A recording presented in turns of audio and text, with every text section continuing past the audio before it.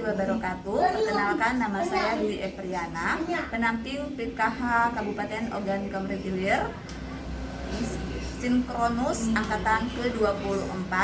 Di sini saya ingin membuat video simulasi modul 2 pengelolaan keuangan dan perencanaan usaha pada sesi 6. Sesi 6 cermat meminjam dan menabung pada langkah kedua. Terima kasih. Selamat sore ibu-ibu. Masih semangat ya. Baiklah, kita lanjutkan yang kemarinnya ibu-ibu ya. Untuk hari ini kita menonton film dulu. Ya. Tolong nanti filmnya dilihat dan didengarkan ya. Apabila tidak terdengar, nanti kita ulang kembali. Oke, filmnya kita buka.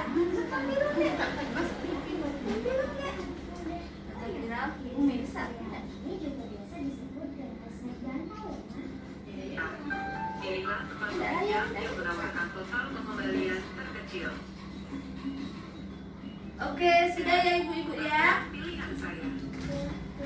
Oke ibu-ibu, sudah jelas filmnya tadi? Sudah didengar? Oke, terima kasih Ibu Bibi. Sekarang film tadi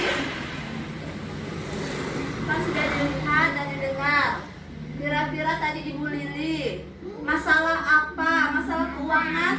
Masalah keuangan apakah yang dihadapi Ibu Lili tadi?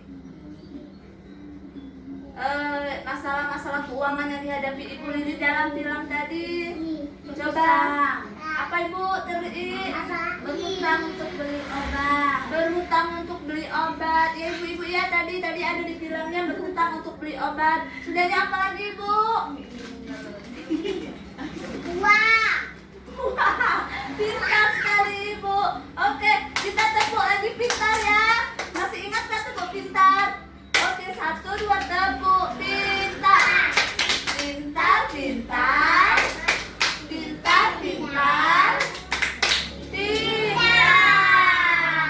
Oke, terima kasih Ibu Teri, Ibu Bibi, dan Ibu Oo semuanya ya, ibu-ibu tadi yang sudah memberikan pendapatnya. Jadi masalah keuangan yang dihadapi Ibu Lili tadi, jika kita tidak rutin menabung dan tidak dapat mengendalikan pengeluaran, maka kita akan lebih sering berhutang ya Ibu ya. Hutang yang tidak dapat dikelola dengan cermat bisa membawa nanti masalah. Jadi Ibu Lili tadi kan anaknya masuk rumah sakit sehingga dia harus berhutang, tapi dia tidak cermat meminjam uangnya, jadi bunganya lebih besar ya ibu-ibu ya. Jadi Ibu sebelum meminjam uang dari Hapricat ya. Jadi sebelum meminjam uang kita harus memikirkan untuk apa kita meminjam uang. Jadi meminjam uang itu ibu-ibu sebaiknya hanya untuk memenuhi kebutuhan saja ya ibu ya, bukan keinginan atau untuk kegiatan produktif. Jadi ibu-ibu kebutuhan kan ibu-ibu tahu, beli beras, beli bayar listrik semuanya ya, bukan untuk beli HP, nggak boleh beli. Kalau beli kita kan sudah jelaskan yang kemarin ya, beli apa yang mana yang kebutuhan. Mainan tidak boleh ya ibu ya. Dan keinginan untuk jadi tidak boleh untuk keinginan. Beli beras boleh, beli makanan boleh, untuk makanan sehari-hari. Nah, setelah untuk apakah kita meminjam, kita harus memikirkan juga apakah ada cara lain yang bisa dilakukan sebelum kita berhutang. Jadi kalau kita harus memikirkan dulu, jika ada cara lain, misalnya kita memiliki tabungan atau aset, kita ambil tabungan kita dulu, atau aset-aset yang ada dulu kita jual. Baru kalau memang tidak ada, baru boleh berhutang ya ibu-ibu ya.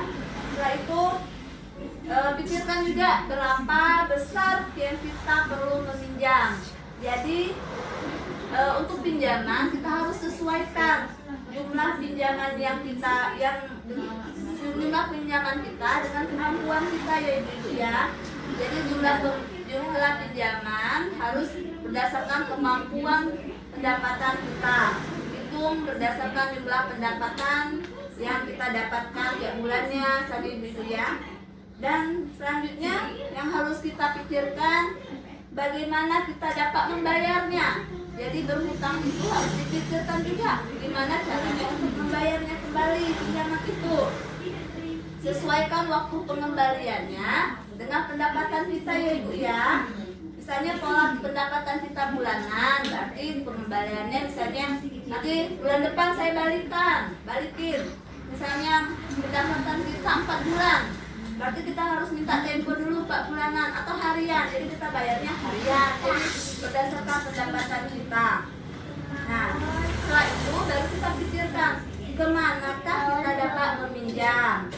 Jadi untuk tempat meminjam kita harus bandingkan di mana tempat meminjam yang pengembaliannya lebih kecil.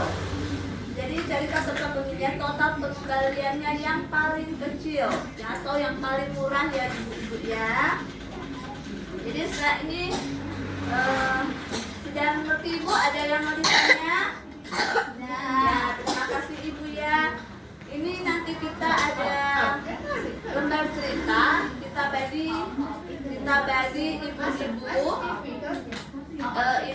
kita bagi menjadi 4 kelompok. Nanti setiap kelompok membacakan paragraf dan nanti setiap kelompok juga untuk kesimpulannya ibu-ibu ya. Nanti saya bacakan ini cerita. Ada cerita untuk menghitung mahal murahnya utang. Suatu hari anak ibu Lili bernama Agus sakit demam berdarah. Ibu Lili membutuhkan uang 500.000 untuk membayar tambahan obat dan biaya transportasi.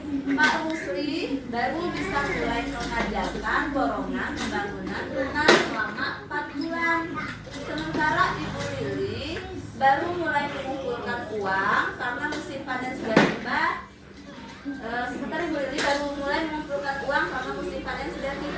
Dengan demikian Ibu Lili terpaksa harus segera mencari pinjaman. Nah ibu-ibu saya mau tanya, dari lembar cerita ini, kira-kira pendapat ibu-ibu, apakah Ibu Lili boleh mengambil pinjaman? Boleh. Jadi Ibu Lili karena anaknya sakit ya ibu-ibu ya, karena anak sakit, Ibu Lili juga nggak ada tabungan, jadi Ibu Lili boleh meminjam uang, boleh berutang karena akan menggunakan kebutuhan yaitu bayar rumah sakit.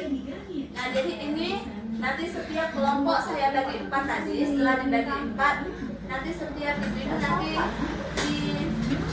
ada setiap paragrafnya nanti disuruh baca untuk setiap kelompok.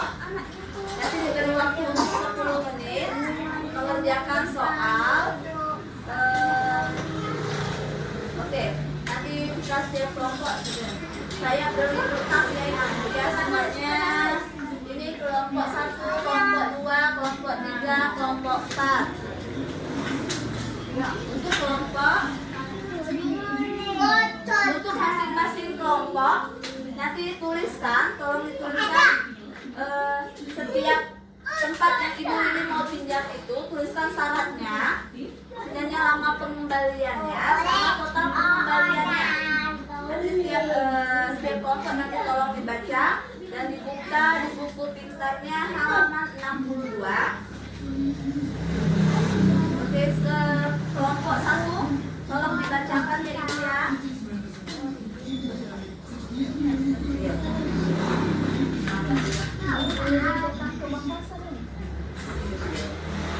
Ibu Lili datang ke bank pasar. Menurut petugas di sana, ia bisa meminjam uang, namun harus mencicil pengembaliannya selama 10 bulan sebesar 50.000 per bulan, ditambah bunga 10.000 per bulan. Selain itu sudah dibacakan setiap paragrafnya, jadi kelompok ini tolong dituliskan. Jadi tolong tuliskan syaratnya, syarat kelengkapan dokumen yang harus dipenuhi dalam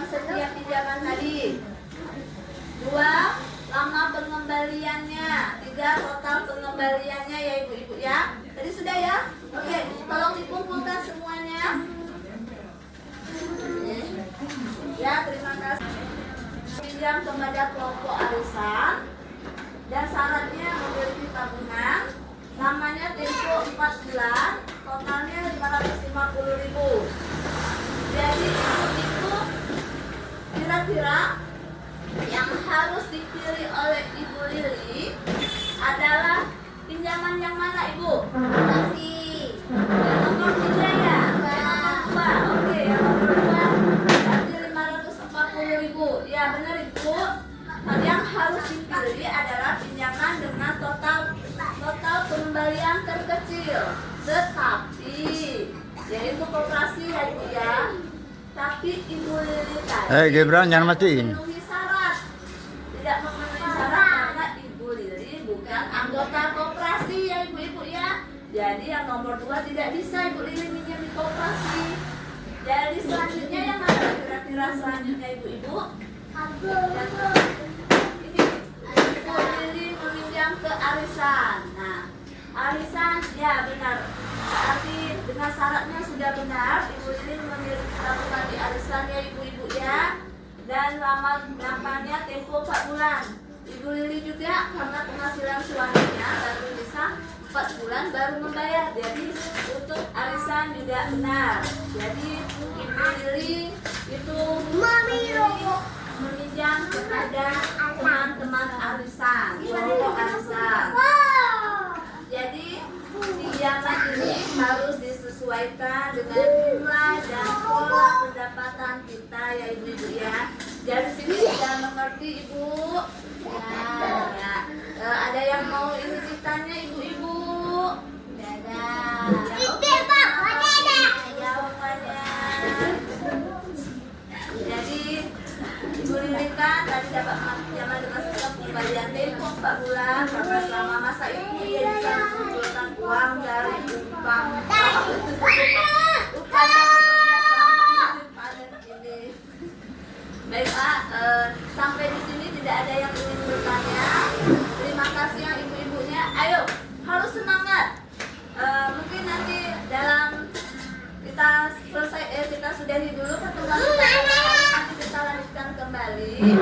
Apabila nanti ada yang ingin ditanya silahkan. Maaf ya ibu-ibu ya, kepada ibu-ibu juga kalau ada kata salah saya mohon maaf, ada Tuhan saya mohon ampun.